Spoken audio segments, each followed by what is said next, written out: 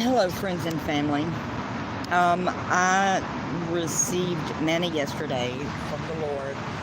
Now, I tell everybody that I am the whole house of Abraham, that I am the heart of Ishmael and Isaac, that I live an ancient love. I live back in the time that the love of God is what it took to receive the blessings and to disobey and hate God is what it took to get the cursings.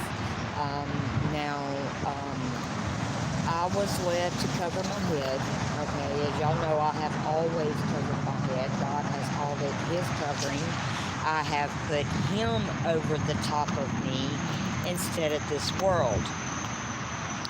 So, here recently, when I put this on, because I wanted to know the proper way, according to Abraham, how the head coverings were worn.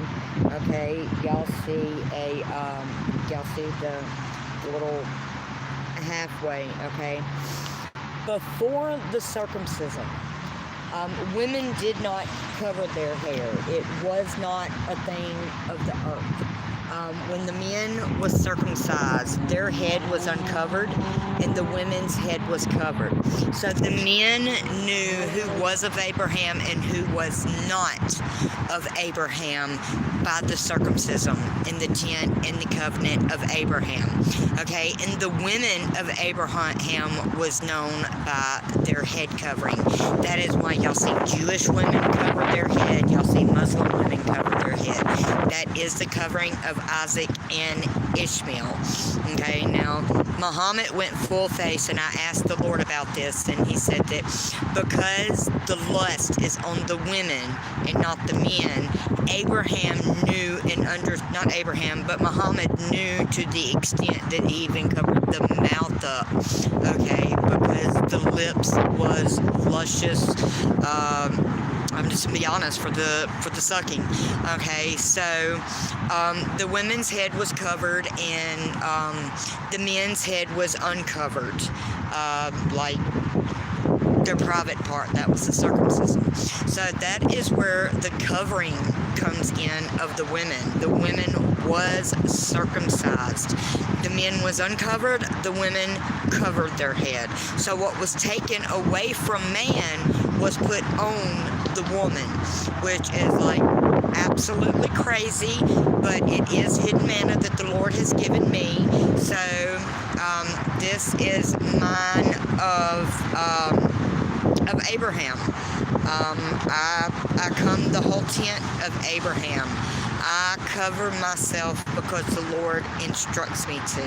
At first, it was just putting Him over the top of me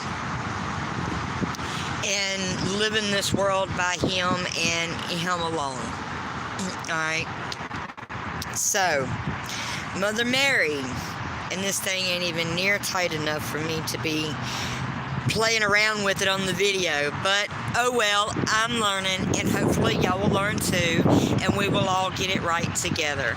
So, the women of God, who love God, who know God, and is covered by the blood. It is our God-forgiven right by the blood of the one who loved us to death that we can cover ourselves and wear white.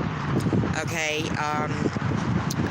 most of my pictures and my social media, y'all see that I have fully covered myself, and I just recently mentioned about wearing the short sleeves, bearing my nakedness, that I have learned different. Okay, the Lord said that the nakedness of the women, anything that you show that allows them to lust after you, is on you. The Lord told me that. I was like, okay, Lord, I am cool with that. And He's like, no, Lulu, you don't understand.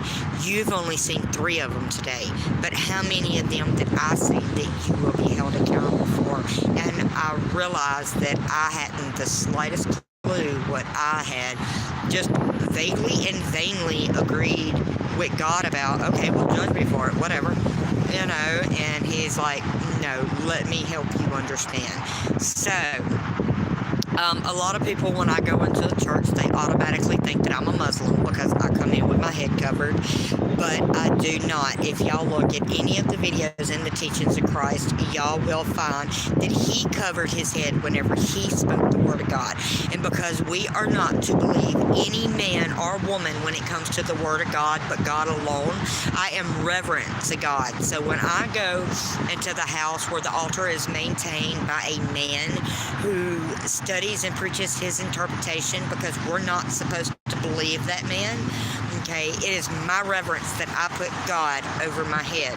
And because I have people that mock me and scorn me and put me out, they say that I am false, I am a hypocrite, I am sacrilegious, and that I just recently got told that God had no authority in the Quran, and I responded, well, I will let Jesus tell you about the authority that God had in the Quran whenever you get there. And be sure that you remember this day, because I will have to testify against you as I sit at the feet of my beloved on the throne. At his feet, not on the throne, but at his feet, I will have to look up and say, yes, my love, I did try to come and speak to them, but there was no humble spirit that was found. So I decided to do what the Father told me to do, and to do not argue and to step away. And my next response was, and then he is going to look to you for a plea on this cause, and it is going to be, and I said, answer him then and not me now. And that was the end of the conversation. Okay, so nobody is going to have no excuse when it comes down to the matter, and whoever views this, and the Ottoman does rise as God has proclaimed, because Isaac is about to leave. Okay, y'all all saying that I am messed up in the head and I got this screwed, but I know exactly what God's saying. I know what the Word of God says and how it is going to happen. And the Quran is a book of wrath, a judgment for the left behind, that there is their sign that they know God has taken his, and they can then re-regulate and restart the house of God back to God, because Christ, the Son of God, took his kingdom and left it to be justified. If y'all don't know the word, it's still your fault, because he gave over, 8,000 years of witnesses. He's given his blood and his breath, and he has given y'all time to get it right. You have no excuse whatsoever when it comes your time of judgment. Cheerio, blessings, shalom, salaikum, salam, and alhamdulillah.